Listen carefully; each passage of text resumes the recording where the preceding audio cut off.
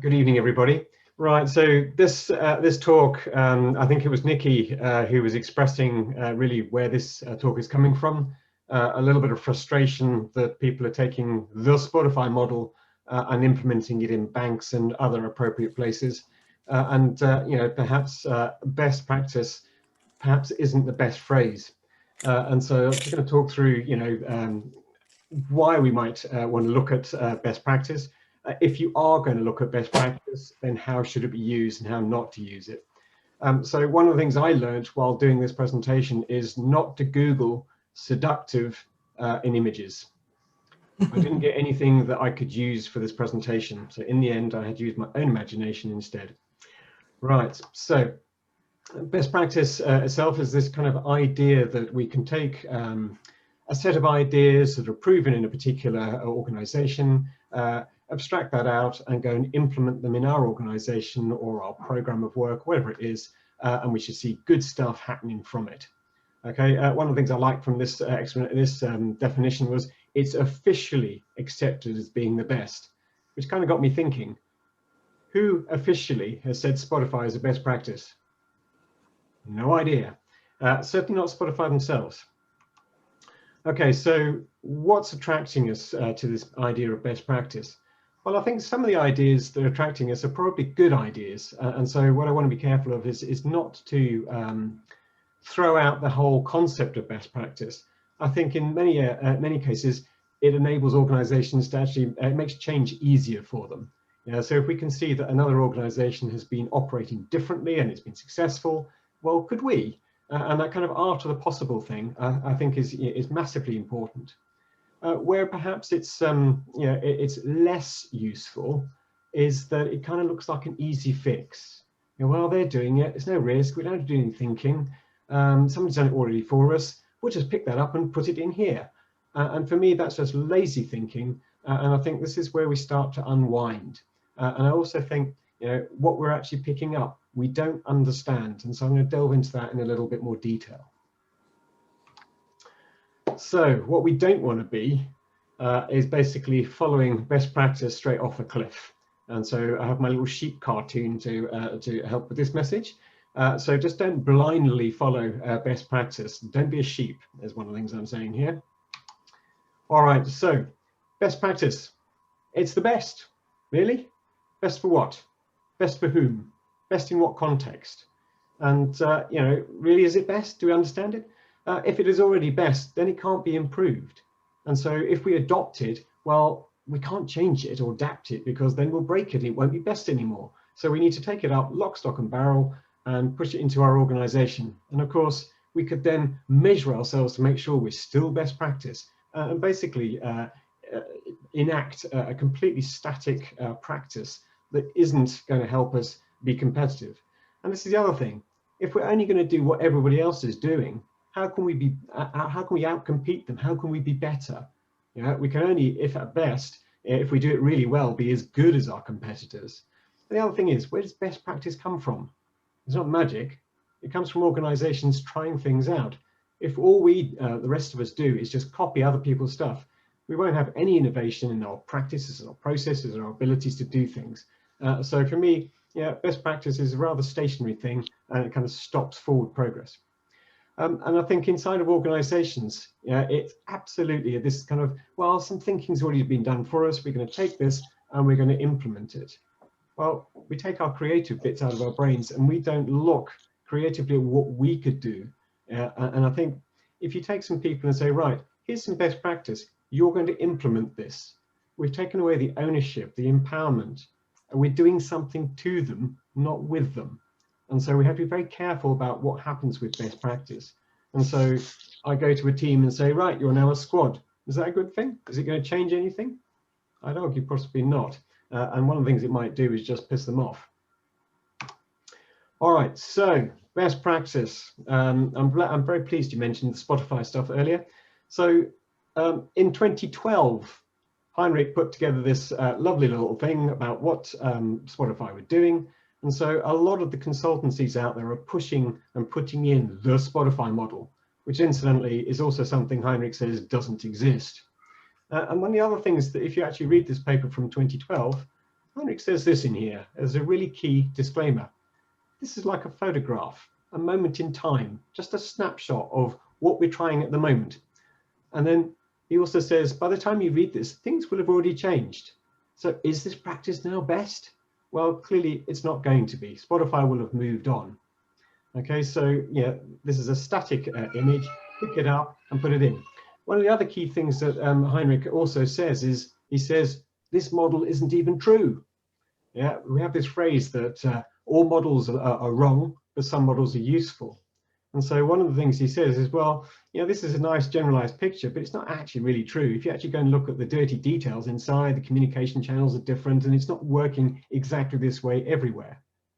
All right, so what we're doing is we're taking an idealized thing, which isn't even true, is old, and we're calling it best practice and implementing it in our organizations and hoping we're going to get good results. So best practice itself, you know, we sort of use the phrase, it's a picture, it's a snapshot. This snapshot really only shows us the surface level detail. And really just to, you know, to talk to some of the, or you know, sort of link up with the other talks that have happened tonight, there's a lot of dirty things underneath that happen to make something work.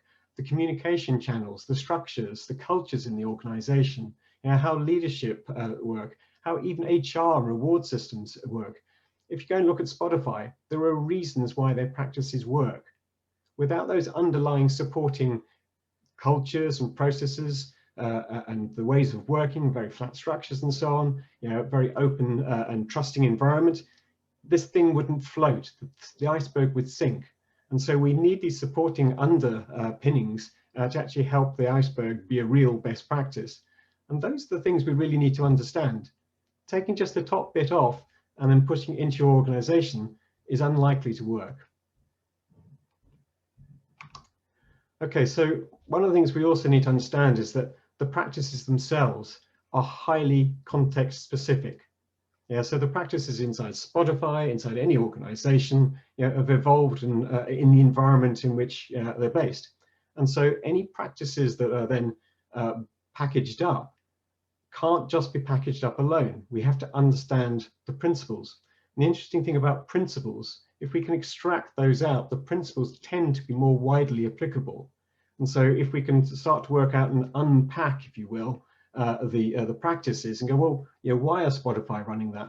What sort of principles are those talking to? What kind of principles are they supporting or driving to? Some of those principles may still be reasonably context specific. Yeah, some things about, yeah, actually, you know what, we're going to fail fast. That might be okay for Spotify, might not be quite so okay for, you know, medical, you know, life support type stuff. And so again, some of these are going to be more context specific than others, and we need to understand those things.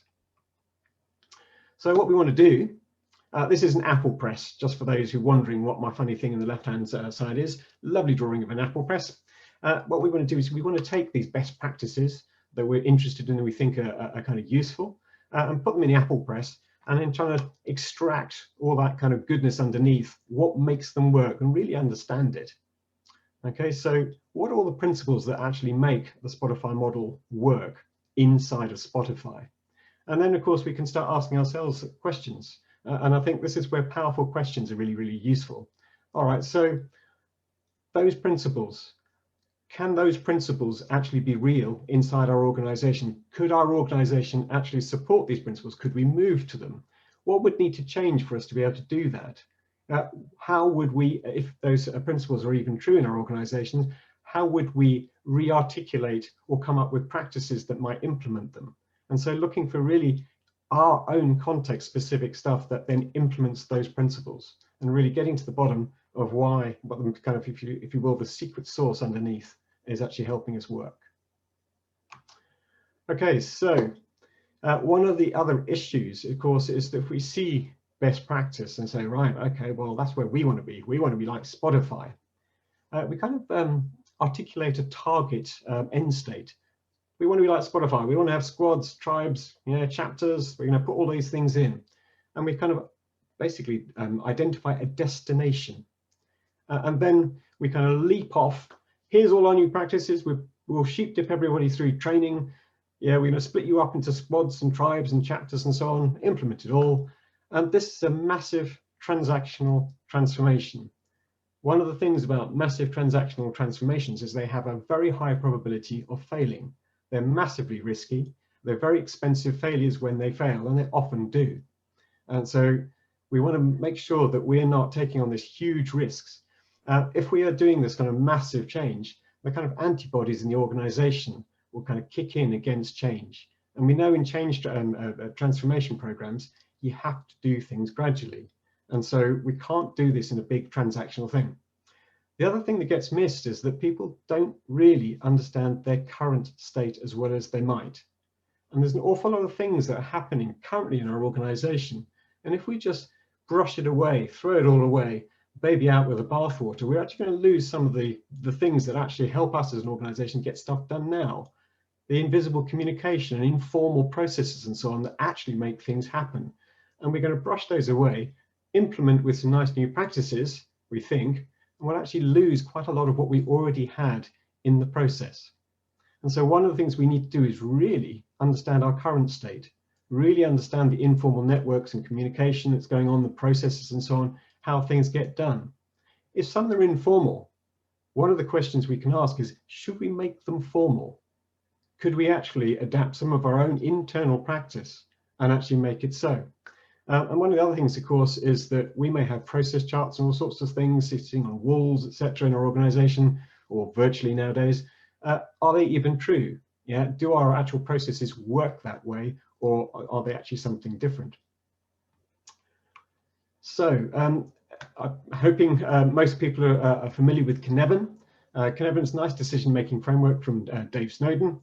And so this is really about us helping us understand the types of work, services, processes, and so on that happen in the business of getting our jobs done. And of course, yeah, we have lots of different types of work inside our organization. Some of this, of course, we can apply best practice to. But unfortunately, as far as the Cynefin framework is concerned, this best practice can be applied to highly stable, very predictable work. If we actually think about our organizations as a system of getting things done, lots of interactions, we talked about culture, human beings are involved, then really we're looking at a complex system. Yeah, so organizations, programs of work, etc., even just a single team is a highly complex system. The larger it is, the higher level of complexity that actually gives us. And here, best practice just doesn't cut it. Yeah, a stable set of instructions or processes that work somewhere else are highly unlikely to work in our own complex system. And this is where we need emergent practice rather than best practice. So one of my problems with best practice is the name. And so for me, thinking about emergent practices is really where we want to be. So if we're thinking about emergent practices, if we were trying to plot our way out of this asteroid field here, then just plotting a straight line out of it, we'd be unlikely to succeed. We're going to be smashed by some asteroid or blatted by an alien that flies onto the screen. And so instead, what we're trying to do here is understand our current context and then work out where better is. In this case, in the asteroid sort of analogy, well, there's a space over there and nothing's flying towards it. Let's go there. Ah, right, now something's changing and we need to be in that space. And so we're effectively responding to our environmental pressures, understanding where we're at, and then plotting our next best move. And so really it's about getting a direction of travel as opposed to a destination. And we really want to understand our current state, including, as I said, all of these kind of informal processes that are currently happening. Okay, so rather than a big step change, we want incremental improvement. So your incremental continuous improvement process might look something like this. This is one that's kind of based on lean transformation ideas. We need to understand our starting context, our reasons for improving, where we want to get to, what things we want to improve, what direction we want to go in. And then we've got this kind of inspect and adapt style of trying and experimenting with ideas. And this is where best practice might be part of the picture. We can actually use it to help us inform potential options, obviously going through and unpacking them and taking out the principles and so on. but it's just part of the problem space or solution space we might have for sorting our problems out. And we might use Spotify, Safe, Less, or any other frameworks out there, Skyscanner, whoever, to give us ideas. But we then need to work it through and work with our organization, try experiments, learn, make sure we've got good empowerment, and do things incrementally to lower that resistance to change. Make sure we're doing it with people, so it's their change and it's not being done to them. And this is where the practices emerge, and it's a continuous process. So, takeaways: don't copy, but learn from practice. Yeah, really understand your current context before moving forward, and make sure you take things with you, and make sure perhaps you look for opportunities to formalize what is actually happening at the moment. Define a direction of travel, not an end state. Okay, and that direction of travel, of course, is a dynamic thing which we come back and revisit all of the time, because we arrive at a new state, then start improving again. Our new direction of travel might be something different. Practices that worked for us 6 months ago might actually start to get in the way of what we're trying to do. Continuously evolve with a safe fail experiments. And have something, which is a kind of continuous change rather than program, but a continuous change DNA, part of the way we work. We're always trying to get better. Good is not good enough. Engage widely to ensure a good ownership and buy-in. Don't push best practice into an organization and inflict it on people. They need to be part of coming up with the ideas. Why do you think Spotify's language of squads and so on work? Well, because they came up with it. If we didn't come up with squads, chapters, and so on, the magic doesn't work. Okay, so one of the things is we should really be looking a little bit more creatively for our own terminology, our own processes. All right, so the last bit there, best practice is an input, not a shortcut. It doesn't get us out of jail. It doesn't stop us having to do hard graft, working with things and trying to build out and be successful. Last but not least, very quickly, I've had some suggestions for less evil alternatives to best practice. And with that, I shall end the presentation and go to questions.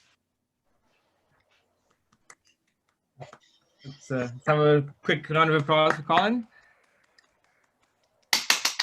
That was awesome, and your slides were amazing, Colin. Thank you. I had a lot of fun building them. Hey, Colin, this is Rashmi. Yeah, a very nice presentation. And I guess I think it's a part of the human nature, isn't it? We don't want to reinvent the wheel. And when we feel that, we always look for a formula for success, if somebody did it. So, and I can see now that your talk kind of complemented Elaine's talk as well, because earlier everybody was asking, how did you do it? Can you show us? So we always look for that. Just show us how you did it. But it makes sense. It makes sense. It was very funny when Elaine was saying that. I thought, oh, fantastic, because that's exactly what I'm going to put later. We'd like to say we planned it all, but that's just the way it turned out. Yeah. No, great stuff, great content. Very helpful. Thank you so much. No problem.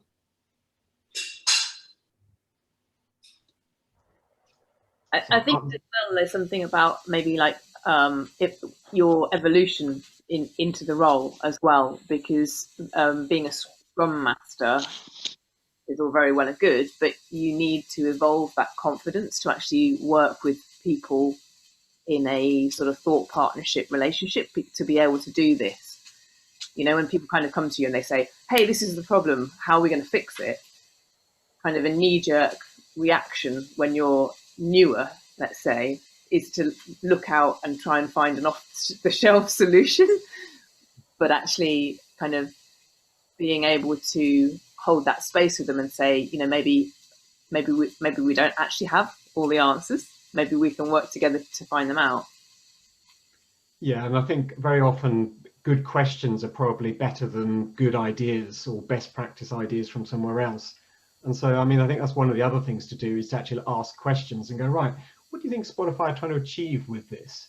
And then get your team or your program thinking about that, and then starting to think about, well, what might that look like here? What might be our first step?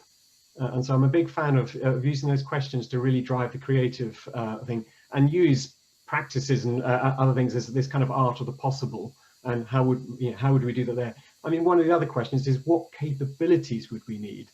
So Scrum Master evolves, teams evolve, teams of teams evolve, organizations change. And so, you know, a practice that works in an organization that's slightly more mature, if we take it to an organization that's on a, you know, less agile or digital transformed and so on, it may not work there. It's just not, we're not ready yet. Yeah. Thanks, Colin. It was a really good talk. Yeah, my pleasure. Colin, I have an idea about the, sorry, a question about what you referred to as emerging practices or emerging best practices. It's something I'm battling with for years, finding ways to implement it, not just explain the idea, the concept. And when you're talking about this way of viewing best practices, so emerging from the teams situationally, how did you see it being used in practice or being implemented in practice successfully? And how do teams really do that? Is it just experimentation? Sorry, I didn't catch the last half of that. Some noises came on, and I couldn't quite work out your words. Just try and repeat that, the last half of that.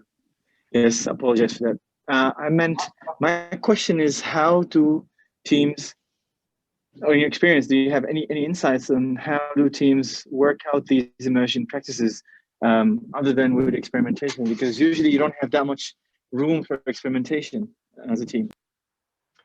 Yeah, so anytime you've got to be right first time, then you just got to hope you're very, very lucky. And so this is one of the attractions, of course, with best practices. We think it's reducing the probability of us being wrong. And so one of the things you're trying to do is look at lowering the risks. So I mean, one of the things is to lower the amount, or the kind of blast radius, if you will. So if we could experiment in a single team, or just for a single sprint, or whatever, just to reduce the time length and how many people might suffer, look for volunteers and so on. I still think experimenting, or we call it validated learning. You know, if we think something's going to work, then we need to try something.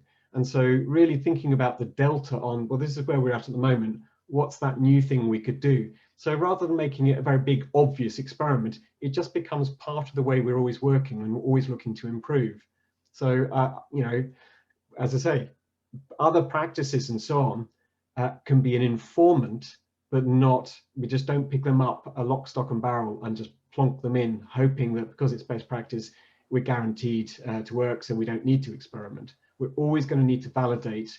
And most, you know, unexpected things happen. And so, you know, I think when Elaine was talking earlier, yeah, I don't suppose she could have predicted all of the things up front. Well, she couldn't. She had 5+1. Yeah, so things are going to happen, and we're going to evolve and further understand things. And so I think without experimentation, we're unlikely to be able to evolve and improve.